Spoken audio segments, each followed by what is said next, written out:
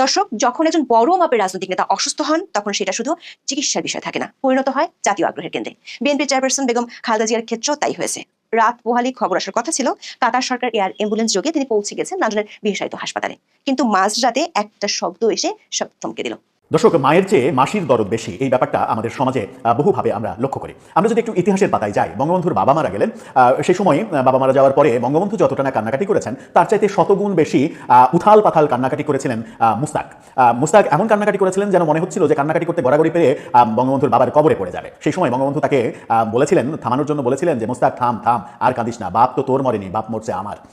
অসুস্থ বেগম খালেদা জিয়াকে এখন আর বিদেশ নেওয়া হবে কিনা তা নিয়ে অনিশ্চয়তার নাটকটা এমন পর্যায়ে পৌঁছেছে যে সন্দেহ করতেই হয় যে ঠিক কি অবস্থায়, শারীরিক অবস্থায় খালেদা জিয়া আছেন যে শুক্রবারে সকালবেলা ভোর রাতে অথবা বৃহস্পতিবার মাঝরাতেই কাতারের এয়ার অ্যাম্বুলেন্সে যেই গুরুতর অসুস্থ রোগীকে লন্ডনের দিকে নিয়ে যাওয়ার কথা ছিল। ভারতের সাম্প্রতিক প্রতিরক্ষা চুক্তিগুলো যা আমেরিকা এবং রাশিয়া উভয়ের সঙ্গে সই হয়েছে সেগুলো বোঝার জন্য বাংলাদেশের সঙ্গে ভারতের সম্পর্কটাও বুঝতে হবে। কারণ দিল্লি আজ যে অঞ্চলগত নিরাপত্তা এবং ভূ রাজনৈতিক সমীকরণ নিয়ে ভাবছে তার সঙ্গে ঢাকা বহুভাবে সম্পর্কিত, বিশেষ করে 2024 সালের আগস্টের পর ইউনূস মহাজনের ক্ষমতা দখলের পর থেকে। আর কথায় কথায় ইউনূস মহাজন এবং তার বৃদ্ধ সামরিক কর্মকর্তা বন্ধুরা তো মুখে ফেনা তুলে ফেলছেন ভারতকে ভেঙে ফেলার হুমকি। আসসালামু আলাইকুম প্রিয় দর্শক, নতুন একটা নিউজে সবাইকে স্বাগতম। প্রিয় দর্শক, ইতিমধ্যে সবাই জানেন যে দেশের পরিস্থিতি কতটা ভয়াবহ। কথা না বাড়িয়ে চলুন সকল বিশ্লেষকদের বিশ্লেষণ শুনে আসি, তারা কি বলছে বা কি বোঝাতে চাচ্ছে। চলুন কথা না বাড়িয়ে একটা লাইক দিয়ে সম্পূর্ণ ভিডিও দেখে আসি। তার আগে বলবো, যারা এখনো চ্যানেলটি সাবস্ক্রাইব করেনি তারা সাবস্ক্রাইব করে দিবেন, আর যারা সাবস্ক্রাইব করেছেন তাদেরকে অসংখ্য ধন্যবাদ।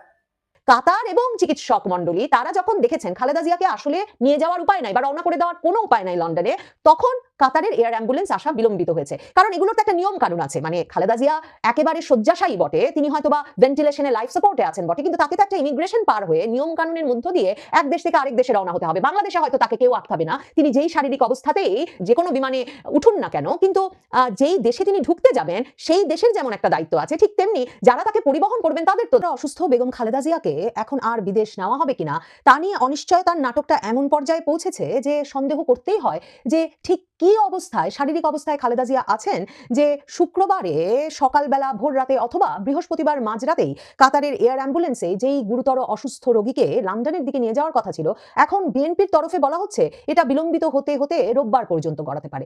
এমন একজন রোগীর অবস্থা রোববার পর্যন্ত ঠিক কেমন থাকবে সেসব বিষয়ে তো একটা শঙ্কা থাকেই। কি করে এরকম একটা গুরুতর জরুরি ব্যবস্থা এতটা দেরি করা হচ্ছে এবং তা নিয়ে তেমন কোনো উদ্বেগ উৎকণ্ঠা দল বা পরিবারের তরফে দেখানো হচ্ছে না, সেটাও বিস্ময়কর বটেই। ভেন্টিলেশনে লাইফ সাপোর্টে থাকা এমন একজন রোগীকে, যার কিডনি কাজ করছে না, লিভার বহু বছর ধরে অকার্যকর এবং ট্রান্সপ্লান্টের উপযোগী শারীরিক অবস্থা তার নাই সেটা জানা কথা, তেমন একজন রোগীকে আসলে বিদেশ পর্যন্ত নিয়ে গিয়ে টেনে নিয়ে যাওয়ার কোনো অর্থ থাকতে পারে কিনা এসব নিয়ে তো আলোচনা ছিলই। বিশেষ করে ক্ষোভ ছিল বিএনপির দলের তরফে, যে নেতাকর্মী সমর্থকেরা বলছিলেন যে খালেদা জিয়ার পুত্র তারেক রহমান আসতে পারছেন না, তিনি তার যুক্তরাজ্যবাসে নিরাপত্তা ছেড়ে বাংলাদেশ পর্যন্ত আসতে রাজি নন, সে কারণে কেন তাদের নেত্রীকে তাদের কাছ থেকে বিচ্ছিন্ন করে এরকম একটা সময়ে নিয়ে যাওয়া হবে লন্ডনে, যখন তিনি আর তার শারীরিক অবস্থার কারণে ঢাকায় ফিরতে পারবেন কিনা তা নিয়ে একটা শঙ্কা আছে।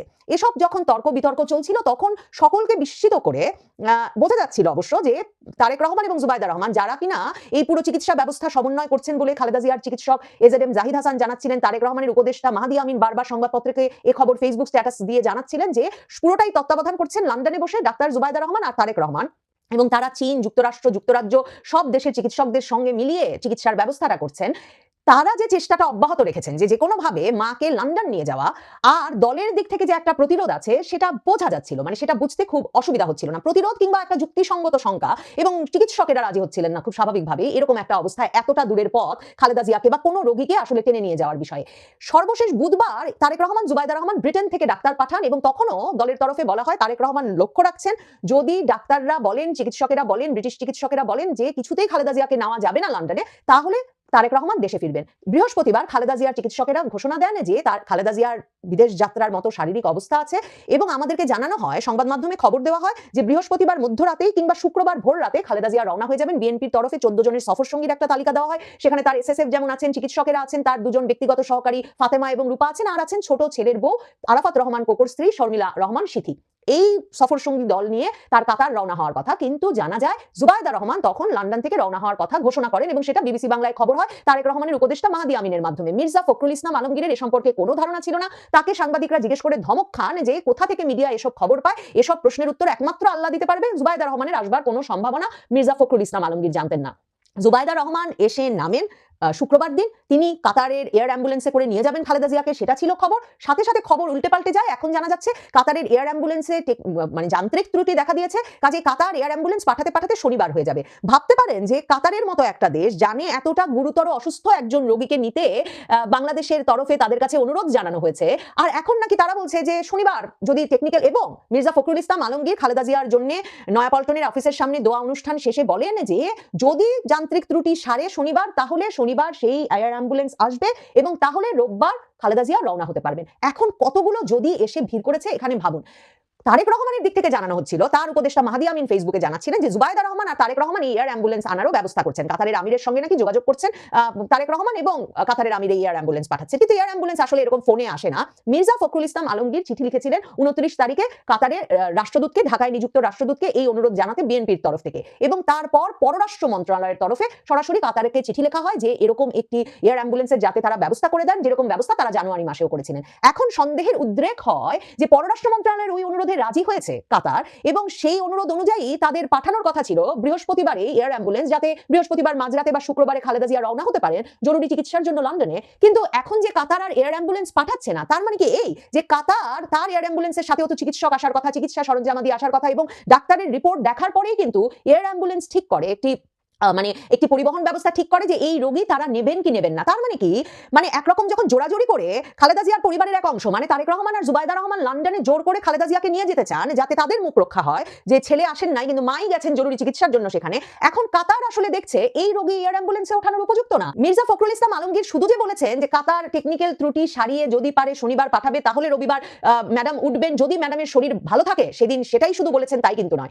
মির্জা ফখরুল ইসলাম আলমগীর শুক্রবার দিন সংবাদ মাধ্যমের সামনে বলেছেন যে ম্যাডামের শরীরের যা অবস্থা, তাতে গতকালকেও ম্যাডামের শারীরিক অবস্থার অবনতি হয়েছিল, মানে বৃহস্পতিবারেও ম্যাডামের শারীরিক অবস্থার অবনতি হয়েছিল এবং সেটাও তার লন্ডন যাত্রা বিলম্বিত করেছে। তার মানে তো পরিষ্কার কাতার এবং চিকিৎসক মন্ডলী তারা যখন দেখেছেন খালেদা জিয়াকে আসলে নিয়ে যাওয়ার উপায় নাই বা রওনা করে দেওয়ার কোনো উপায় নাই লন্ডনে, তখন কাতারের এয়ার অ্যাম্বুলেন্স আসা বিলম্বিত হয়েছে। কারণ এগুলোর তো একটা নিয়ম কানুন আছে, মানে খালেদা জিয়া একেবারে শয্যাশায়ী বটে, তিনি হয়তোবা ভেন্টিলেশনে লাইফ সাপোর্টে আছেন বটে, কিন্তু তাকে তো একটা ইমিগ্রেশন পার হয়ে নিয়ম কানুনের মধ্য দিয়ে এক দেশ থেকে আরেক দেশে রওনা হতে হবে। বাংলাদেশে হয়তো তাকে কেউ আটকাবে না, তিনি যেই শারীরিক অবস্থাতেই যে কোনো বিমানে উঠুন না কেন, কিন্তু যেই দেশে তিনি ঢুকতে যাবেন সেই দেশের যেমন একটা দায়িত্ব আছে, ঠিক তেমনি যারা তাকে পরিবহন করবেন তাদের তো দায়িত্ব আছে। সমস্যা শুধু সেটাই নয়, এমনকি খালেদা জিয়ার ছোট পুত্রবধূ শর্মিলা রহমান সিথি, যিনি খালেদা জিয়ার সঙ্গে সার্বক্ষণিক আছেন গত বহু বছর ধরে ঢাকায়, যিনি নিজেই আসলে খালেদা জিয়ার এক রকমের তত্ত্বাবধান করেন পরিবারের সদস্য হিসেবে, তিনিও আসলে এই সময়ে, এরকম একটা সময়ে খালেদা জিয়াকে টেনে লন্ডনে নিয়ে যাওয়ার ক্ষেত্রে উৎসাহ বোধ করতে পারছেন না, কিংবা পরিবারের যেসব সদস্যরা তাকে নিয়ে যেতে চান তাদেরকে সমর্থন দিতে পারছেন না। সেখানেও একটা টানাপোড়েন তৈরি হয়েছে এবং শর্মিলা রহমান সিথির পক্ষে বরং এই বিএনপির অনেক প্রবীণ নেতারা দাঁড়িয়ে গেছেন। কারণ একদিকে তারা যেমন খালেদা জিয়াকে এ সময়ে পাঠিয়ে দিয়ে নেতাকর্মীদের থেকে বিচ্ছিন্ন করতে চান না, খালেদা জিয়া বাড়ি ফিরুন, তাহলেও তিনি দেশে থাকুন সেটা তারা চান। খালেদা জিয়ার যে কোনো পরিস্থিতিতে তারা চান তারা পাশে থাকবেন। বিএনপির জন্য এটা একটা এরকম একটা সময়, তারা নেত্রীর পাশে যখন নির্বাচনকে ঘিরেও, মনোনয়নকে ঘিরেও বিএনপি এক রকমের ভীষণভাবে একটা টানাটানি, রেশারেশি, দ্বন্দ্ব, সংঘাতের মধ্যে জড়িয়ে পড়ছে, সে সময়টায় দলকে ঐক্যবদ্ধ রাখার জন্য নেত্রীর পাশে দল আছে, এই বোধটার জন্য নেত্রী খালেদা জিয়ার বাংলাদেশে থাকা জরুরি। সেখানে লন্ডনে তাকে নিয়ে গিয়ে নেতাকর্মীদেরকে এমনকি তার জন্য সুস্থতা কামনায় তার পাশে থাকা, তার জন্য শোক প্রকাশের জন্য তার পাশে থাকা কোনো সুযোগ থেকেই বঞ্চিত করতে চাইছেন না, বা বঞ্চিত করা ঠিক হবে বলে খালেদা জিয়াকে বঞ্চিত করা এবং খালেদা জিয়ার দলকে বঞ্চিত করা ঠিক হবে বলে দলের নেতারা মনে করেন না। এরকম একটা টানাপোড়েনের মধ্যেই জুবাইদা রহমান যে 12 দিন 13 দিন শাশুড়ির এমন শারীরিক অবস্থা, এবং তার পাসপোর্টের কোনো সমস্যাও নাই, তিনি মে মাসেও শাশুড়ির সঙ্গে দেশে ফিরেছিলেন, তিনি যে একদম শেষ দিনে চলে এলেন ঢাকায়, তার সবচেয়ে বড় কারণ তিনি এসেছেন আসলে যে কোনো ভাবে খালেদা জিয়াকে বিদেশ রওনা করার জন্য। একদিকে যেমন যদি কোনো ঘটনা ঘটে যায় তাহলে তারেক রহমানের অনুপস্থিতিতে তিনি থাকলেন, যিনি কিনা পরিবারের সদস্য হিসেবে ছোট পুত্রবধূ শর্মিলা রহমান সিথির চেয়ে অনেক বেশি মনোযোগের কেন্দ্রে, যাকে কিনা অনেকেই বিএনপির হাল ধরবেন তিনি এমন বলে মনে করেন, এই প্রত্যাশাটাও আছে। সেই জায়গা থেকে জুবাইদা রহমান আসলে দেশে এসেছেন যাতে এই সময়টায় একদিকে যেমন তিনি খালেদা জিয়ার বিদেশ যাত্রা ত্বরান্বিত করতে চাপ প্রয়োগে একটা ভূমিকা রাখতে পারেন, যাতে খালেদা জিয়া ছেলের কাছে পৌঁছতে পারেন, অন্যদিকে পরিস্থিতি যদি একেবারেই নিয়ন্ত্রণে না থাকে, চিকিৎসকদের রাজি করানো না যায়, কাতার এয়ারকে রাজি করানো না যায় তাকে এয়ার অ্যাম্বুলেন্সে তুলতে, দল যদি এতে রাজি না হয়, মির্জা ফখরুল ইসলাম আলমগীররা যদি শারীরিক অবস্থার অবনতি হয়েছে কাজেই ম্যাডামকে নিয়ে যাওয়া ঠিক হবে না, এই জায়গায় একরকমের দৃঢ় প্রতিজ্ঞ থাকেন, তাহলেও যাতে পরিবারের প্রধান সদস্য হিসেবে, তারেক রহমানের প্রতিনিধি হিসেবে তিনি ঢাকায় উপস্থিত থাকতে পারেন। এই সময়ে মানে 12-13 দিন পার করে জুবাইদা রহমান যে ঢাকায় পৌঁছেছেন, এর মূল কারণ হিসেবে এটাকে মনে করা হচ্ছে। সরকার আছে তারেক রহমানের সঙ্গে, তারা স্বস্তি বোধ করে যদি খালেদা জিয়াকে ঘিরে যে কোনো শোক সমাবেশ, তার অসুস্থতা নিয়ে উৎকণ্ঠা এমন পর্যায়ে না পৌঁছয় যে ঢাকার রাজপথ, সারা বাংলাদেশের রাজপথ উদ্বিগ্ন উৎকণ্ঠিত শোকগ্রস্ত মানুষের ঢল নামে। তারাও চাইছেন খালেদা জিয়ার শারীরিক অবস্থা থাকলে, কোনো মাত্র সুযোগ থাকলে তিনি যেন দেশত্যাগ করেন, তাকে যেন নিয়ে জুবাইদা রহমান তারেক রহমানের কাছে পৌঁছে দিতে পারে। কাজেই তারেক রহমান সরকারের কাছ থেকে সমর্থন পাচ্ছেন বটে, কিন্তু খালেদা জিয়ার স্বাস্থ্য এবং বিএনপি নেতৃত্ব, তারেক রহমান বাদে যে বিএনপি নেতৃত্ব, তাদের অবস্থান তারেক রহমানের পক্ষে নয় কিংবা তারেক রহমানের সিদ্ধান্তের অনুকূলে নয়। দর্শক, মায়ের চেয়ে মাসির দরদ বেশি, এই ব্যাপারটা আমাদের সমাজে বহুভাবে আমরা লক্ষ্য করি। আমরা যদি একটু ইতিহাসের পাতায় যাই, বঙ্গবন্ধুর বাবা মারা গেলেন, সেই সময় বাবা মারা যাওয়ার পরে বঙ্গবন্ধু যতটা না কান্নাকাটি করেছেন তার চাইতে শতগুণ বেশি উথাল পাথাল কান্নাকাটি করেছিলেন মুস্তাক এমন কান্নাকাটি করেছিলেন যেন মনে হচ্ছিল যে কান্নাকাটি করতে গড়াগড়ি পেরে বঙ্গবন্ধুর বাবার কবরে পড়ে যাবে। সেই সময় বঙ্গবন্ধু তাকে বলেছিলেন, থামানোর জন্য বলেছিলেন যে মুস্তাক থাম থাম, আর কাঁদিস না, বাপ তো তোর মরেনি, বাপ মরছে আমার। ব্যাপারটা ঐতিহাসিকভাবে সত্য, এবং সেই মুস্তাককে বিশ্বাস করে বঙ্গবন্ধুকে জীবন দিতে হয়েছে। তার মানে হচ্ছে যে মানুষের বিশ্বাসযোগ্যতা অর্জনের জন্য চাটুকারিতা একটা অনন্য উপায়। চাটুকারিতা করেই মুস্তাক বঙ্গবন্ধুর আস্থাভাজন হয়েছেন। এমনকি বঙ্গবন্ধু সেই ভুলটাও করেছেন যে তাজউদ্দিন আহমেদকে পর্যন্ত পর করে দিয়েছেন, মুস্তাককে বুকে জড়িয়ে দিয়ে ধরেছেন, এবং 15 আগস্ট রাতে নিজের বউয়ের হাতের রান্না করা হাঁসের মাংস নিয়ে গিয়েছিলেন, গিয়ে বঙ্গবন্ধুকে খাইয়ে এসেছেন অতি পরম যত্নে। তারপরে ভোরবেলার কাণ্ডটা তো আমরা সবাই জানি, 15 আগস্টে সেই ভোরবেলায় কি হয়েছিল। গল্পটা কোনো কারণ ছাড়াই বললাম। গল্পটা কোনো কারণ ছাড়া বললাম এই কারণেই যে বিএনপির এখন সংকটকালীন সময়, বেগম খালেদা জিয়ার শারীরিক অবস্থা নিয়ে তারা খুবই চিন্তায় রয়েছে, চিন্তায় থাকারই কথা। এই মুহূর্তে তাদের আগামী নির্বাচনের ব্যাপারে ভাবনা, নির্বাচনের কার্যক্রম পরিচালনা করা, এই ব্যাপারটা খুব একটা সহজ ব্যাপার নয়। কিন্তু এই ব্যাপারটা তো বলতে হবে বিএনপিকে। বিএনপি না বলে যদি অন্য কোনো রাজনৈতিক দল বলে যে বিএনপি খালেদা জিয়ার এই অসুস্থতার মধ্যে তফসিল ঘোষণা করা উচিত হবে না, তাহলে কি আমরা বহু বছর আগে ওই মোস্তাকের কান্নাকাটির ব্যাপারটার সঙ্গে মেলাতে পারি? ঘটনাটা মেলাতে না পারলেও আমার মনে হয় যে এইটা অন্তত বলতে পারি যে মায়ের চাইতে মাসির দরদ যখন বেশি হয়ে যায়, তখন সেখানে সন্দেহের বীজ দানা বেঁধে ওঠে এবং সন্দেহটা চতুর্দিক থেকে অঙ্কুরিত হতে থাকে। সেরকমই একটা ব্যাপার হতে পারে এই ব্যাপারটা, যে ব্যাপারটা নিয়ে আলোচনা করতে চাইছি, যেখানে আমরা দেখছি যে এনসিপির আহ্বায়ক নাহিদ ইসলাম বলছেন যে সব দল যদি নির্বাচনের জন্য প্রস্তুত না হয়, এবং তিনি স্পেসিফিকলি বিএনপির এই সময় খালেদা জিয়ার এই অসুস্থতার মধ্যে তফসিল ঘোষণাটা চিন্তা ভাবনা করে নেওয়া উচিত, এরকম মন্তব্য যখন করছেন, তখন এই উক্তিটা করাই যায় যে মায়ের চাইতে মাসির দরদ বেশি হয়ে গেল কিনা।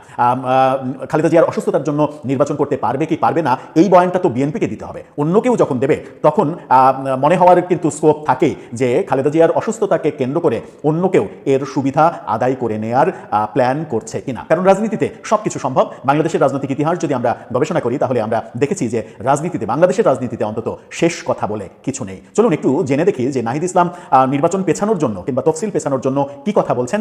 তিনি যখন এরকম মন্তব্য করছেন, তখন বিএনপির নেতারা কি বলছেন। থাকবেন আগামী নির্বাচনের তফসিল ঘোষণার একেবারে দোরগোড়ায় যখন আমরা এসেছি, 10 তারিখে মহামান্য রাষ্ট্রপতির সঙ্গে প্রধান নির্বাচন কমিশনার দেখা করবেন, এবং 10 তারিখেই অথবা 11 তারিখে তফসিল ঘোষণা করা হবে। এটা মোটামুটি আমাদের নির্বাচন কমিশনের যে তথ্য, সেই তথ্য থেকে মোটামুটি আমাদের কাছে পরিষ্কার। কিন্তু সেই মুহূর্তে নাহিদ ইসলাম দ্বিতীয় দফায়, পরশুদিন একবার বলেছেন, গতকালকে আবারও তিনি একই কথা বলেছেন, এবং সেই কথার মিনিংটা এরকম দাঁড়ায়।